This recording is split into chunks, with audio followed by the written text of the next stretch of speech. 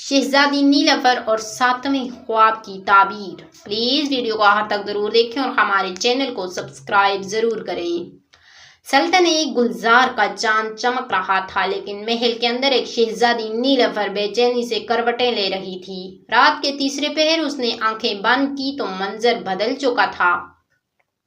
وہ خود کو ایک ویران صحرا میں پاتی تھی، جہاں ہوا بھی ساکت۔ اچانک آسمان سے سرخ بارش برسنے لگی۔ یہ پانی نہیں بلکہ خون تھا، ہر قطرہ زمین پر گرتے ہی چنگار پیدا کرتا۔ نیلوفر چیخنا چاہتی تھی لیکن آواز نہیں نکلتی۔ وہ پیچھے مڑتی ہے تو ایک اندھا فقیر اسے گھور رہا تھا۔ اس کی آنکھوں کی جگہ 2 سفید دھبے ہوتے تھے اور وہ کانپتی آواز میں کہتا، پہلا خواب جاگ گیا ہے نیلوفر۔ اگر تو نے ان 7 خوابوں کی تعبیر نہ سمجھی تو تیری سلطنت، تیری روح، سب کچھ کھو دیا جائے گا۔ نیلوفر گھبرا کر جاگ گئی۔ اس کا جسم پسینے میں بھیگا ہوا تھا، سانس تیز تھی اور دل کی دھڑکن بے قابو تھی۔ خادمہ گلبہار دوڑتی ہوئی آئی۔ گلبہار، شہزادی سلامت، آپ ٹھیک ہیں؟ خواب دیکھا تھا۔ نیلوفر کچھ نہیں کہتی، بس آئینہ دیکھتی ہے۔ آنکھوں سے واقعی خون کے آنسو بہہ رہے تھے۔ نیلوفر اگلی رات دوبارہ سونے سے ڈرتی ہے، لیکن نیند بہرحال ہی آئی۔ اس بار وہ ایک پرانی لائبریری میں ہوتی ہے۔ ہر طرف کتابیں بکھری تھی، لیکن ایک کتاب خود بخود کھلتی ہے۔ اس میں لکھا ہوتا ہے، سچ وہ نہیں جو نظر آئے، بلکہ وہ ہے جو آئینہ نہ چھپا سکے۔ نیلوفر جیسے ہی اس آئینے کے سامنے جاتی ہے، اس میں کوئی اور چہرہ دکھائی دیتا ہے۔ ایک ایسی نیلوفر جو زنجیروں میں جکڑی ہوئی ہے، چیخ رہی ہے لیکن آواز دب چکی ہے۔ پھر وہی فقیر ظاہر ہوتا ہے اور کہتا ہے، یہ تیری اصل ہے، جسے تو نے محل کے غرور، ریشمی خوابوں اور جھوٹے علم میں چھپا دیا ہے۔ سچ کا سامنا کر ورنہ آئینہ ٹوٹ جائے گا۔ نیلوفر کی چیخ سے نیند ٹوٹتی ہے۔ اس بار وہ پوری رات سو نہیں پائی۔ صبح ہوتے ہی وہ خفیہ طور پر محل کے پرانے کتب خانے میں جاتی ہے اور وہی کتاب ڈھونڈنے لگتی ہے جو خواب میں دیکھی تھی۔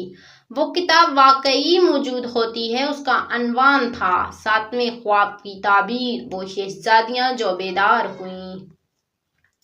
اب نیلوفر روز ایک نیا خواب دیکھتی ہے۔ تیسری رات وہ ایک قبرستان میں ہوتی ہے۔ قبریں خود بخود کھلتی ہیں اور ان میں دفن عورتیں چیخ رہی ہیں، ہم بھی کبھی نیلوفر تھی، لیکن ہم نے خوابوں کو جھٹلایا، سچ سے منہ موڑا اور غرور کو اپنایا۔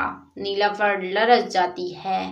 وہ فقیر اب اس کے بالکل قریب آتا ہے۔ اس کی آنکھوں میں روشنی کی ایک جھلک آ جاتی ہے۔ نیلوفر، تیری آزمائش شروع ہو چکی ہے۔ کیا تو اپنی پہچان تلاش کرے گی یا ان چیختی قبروں میں ایک اور آواز بن جائے گی؟ اس خواب کے بعد نیلوفر محل کے ایک پرانے قیدی کمرے میں جاتی ہے۔ وہاں ایک پاگل بڑھیا قید تھی جو سالوں سے گونگی سمجھی جاتی تھی۔ جیسے ہی نیلوفر اس کے قریب پہنچتی ہے، بڑھیا آہستہ آواز میں بولتی ہے، تو جاگ گئی، اب تیری تقدیر بھی بدلنے کو ہے۔ اس بار نیلوفر ایک خوبصورت باغ میں ہوتی ہے جہاں ہر پھول سے زہر ٹپک رہا ہوتا ہے۔ خوشبو نہیں، صرف سڑان۔ درختوں پر کبوتر نہیں، سانپ بیٹھتے ہوئے تھے۔ نیلوفر کے ہاتھ میں ایک چراغ ہوتا ہے جو دھیرے دھیرے بجھ رہا تھا۔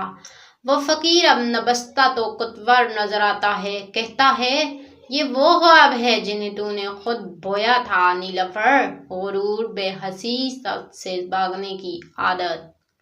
اچانک ایک دروازہ نمودار ہوا اور فقیر کہتا ہے، 5واں خواب صرف وہ دیکھ سکتا ہے جو چراغ کو بجھنے نہ دے۔ جا کے عاجزی سیکھ۔ نیلوفر محل چھوڑ کر غریبی بستی میں جاتی ہے۔ وہاں ایک نابینا بچی کو کھانا کھلاتی ہے۔ پہلی بار وہ عاجزی اور سکون محسوس کرتی ہے۔ چراغ دھندلا ضرور ہوا مگر بجھا نہیں۔ اب نیلوفر 7واں خواب دیکھنے کے قریب ہے۔ اس بار وہ پہاڑ کے اوپر ایک مزار پر ہوتی ہے جہاں اس کا چراغ خود بخود روشن ہو جاتا ہے۔ وہاں فقیر کے بجائے ایک نورانی وجود کھڑا تھا۔ وہ کہتا ہے، نیلوفر، تو نے خود کو پہچانا، اپنی اصل کو پایا۔ ہر خواب تیرے اندر کی ایک حقیقت تھی۔ تجھے سچ، عاجزی، خدمت اور دعا کے سفر سے گزرنا تھا۔ اب تجھے اصل بادشاہت ملے گی، روح کی بادشاہت۔ نیلوفر کی آنکھ کھلتی ہے، وہ اب بدل چکی ہے۔ وہ محل کے تخت نشین ضرور ہے مگر دل سے فقیر، عاجز اور سچائی کی دائی بن چکی ہے۔